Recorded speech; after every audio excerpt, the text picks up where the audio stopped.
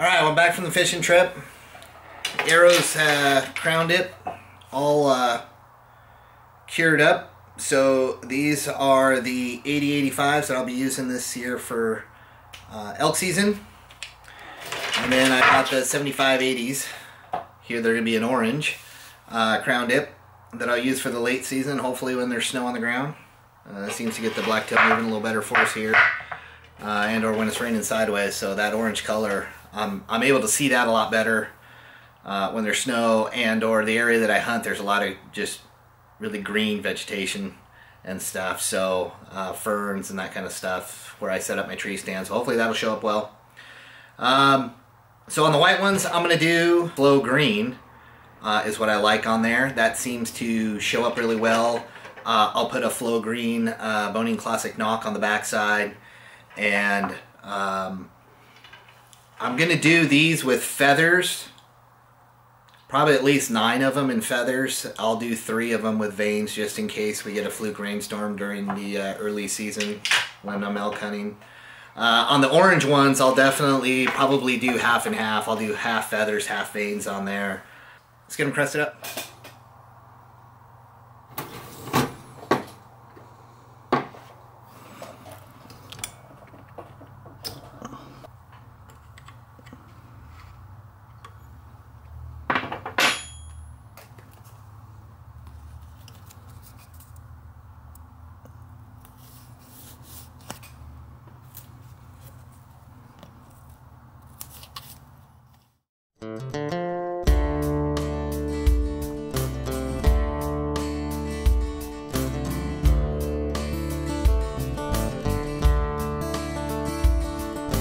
People these days seem to think we need technology to get the upper hand. Grandpa taught me long ago how to listen to the land. Taught me to always feel the wind and walk just like the leaves. Trust my mind and my hand can provide all that I need. This is a lumber country. It's been for many years. And I'll hunt just like the men who walk the trail of tears. Yes, I will. This is a lumber country, and I'm glad to say still a few of us left. Wouldn't do it any other way. My bow is made of hickory, backed with the tendon of the elk.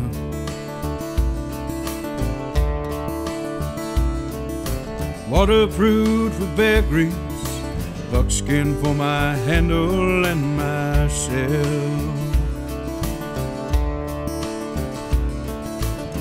And arrows made of cedar, fleshed with feathers from a turkey wing, tipped with hardened steel so sharp, shoot through damn near anything. So I challenge you to take the simple road, forget the gadgets and fancy packs. Release an arrow from your own bow, son. There ain't no turning back. This lumber country has been for many years. And I'll hunt just like the men walk the trail of tears. Yes, I will. This lumber country, I'm glad to say still a few of us left. Wouldn't do it any other way. This is long buck country. It's been for many years. And I'll hunt just like the men who died on the Trail of Tears. Yes, I will. This is lumber country, and it fits my style, and I'll do what I can to keep it around a long, long while.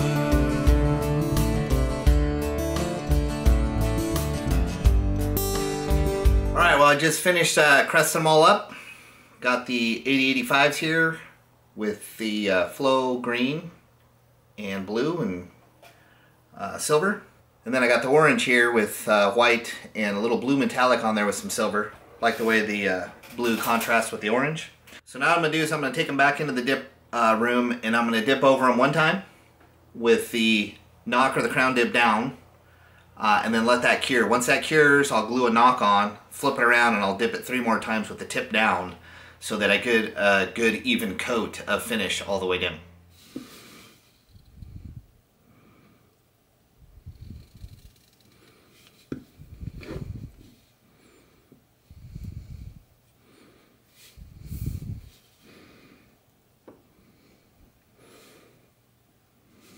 Alright, well this is also a good time to give them another check for straightness. So what I do is I put a little dab of glue on there.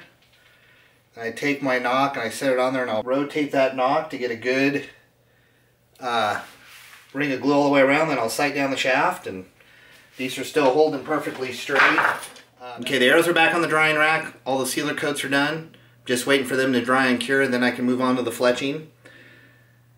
I like a parabolic feather, but I like them a little shorter. So it's not something that I stock here because they're not that popular, but this year I'm going to go down to a 3-inch parabolic feather with a little higher profile.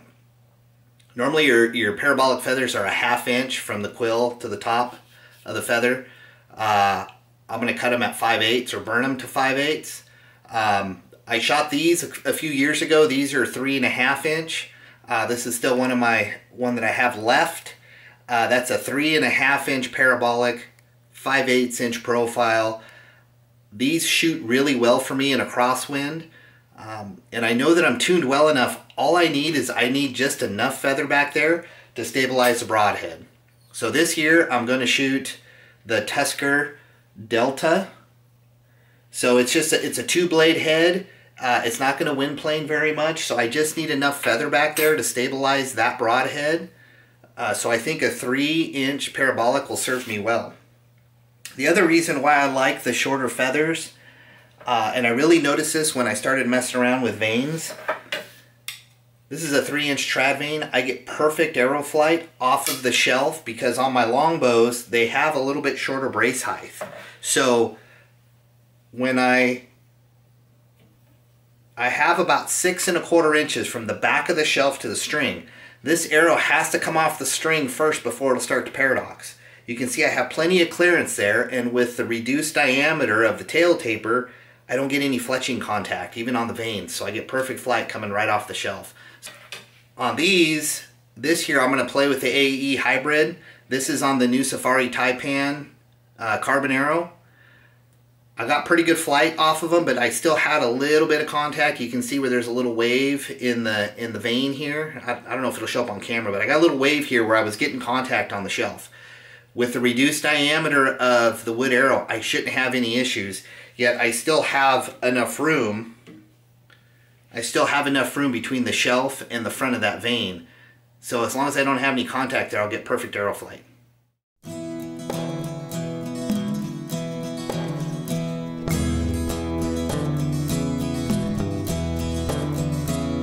Jeremiah headed for Montana, 1863. Hell with that Civil War and the white man's greed. Headed high into the mountains where no man dared, except the ones that they call crazy and a few grizzly bears. He stumbled upon a body lying there in the snow, pulled a Hawken gun from his frozen hands and he read the dead man's note. Said, whoever finds this gun, I know she'll treat you right. Just keep her clean and oiled, keep your powder dry.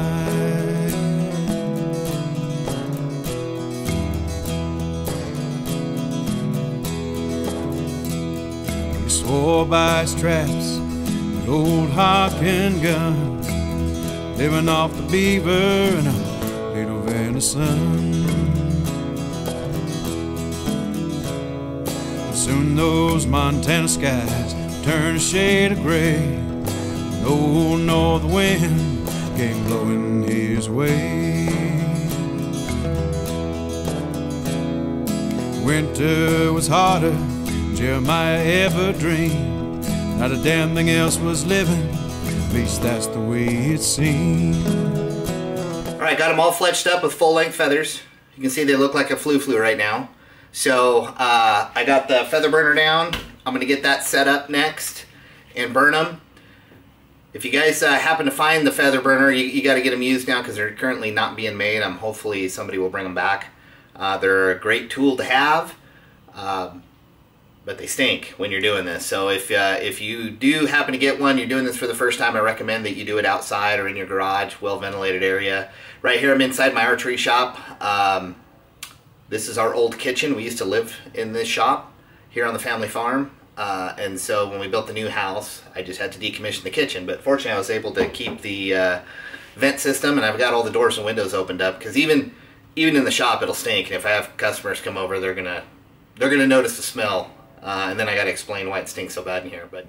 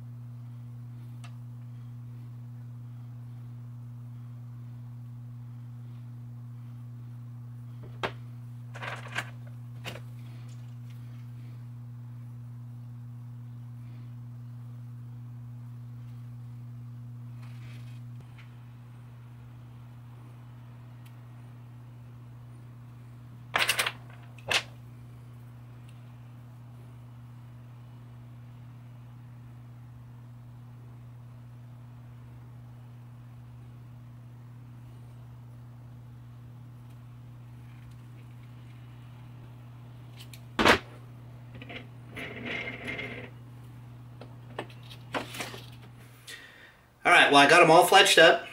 I've got field points and broadheads on the 80-85s, and I did a few of the 75-80s also just to go shoot them.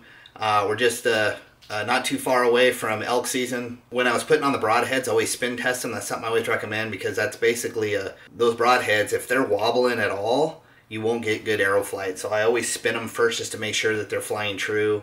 The other thing I do is I check them for orientation. So when I'm putting them on there, I like my broadheads to sit flat. I don't want them in my line of sight, even though I'm aware of them. But I find that if I set them up vertically, I don't shoot as well. I like them sitting flat. So I'll put them up on the bow just to make sure and check them before I start sharpening them up, make sure I got them oriented correctly. Well, I hope you enjoyed following along as I built my arrows for the 2024 season. Please leave a comment and/or questions below, and I'll do my best to answer them in a timely fashion. Good luck this season, and shoot straight.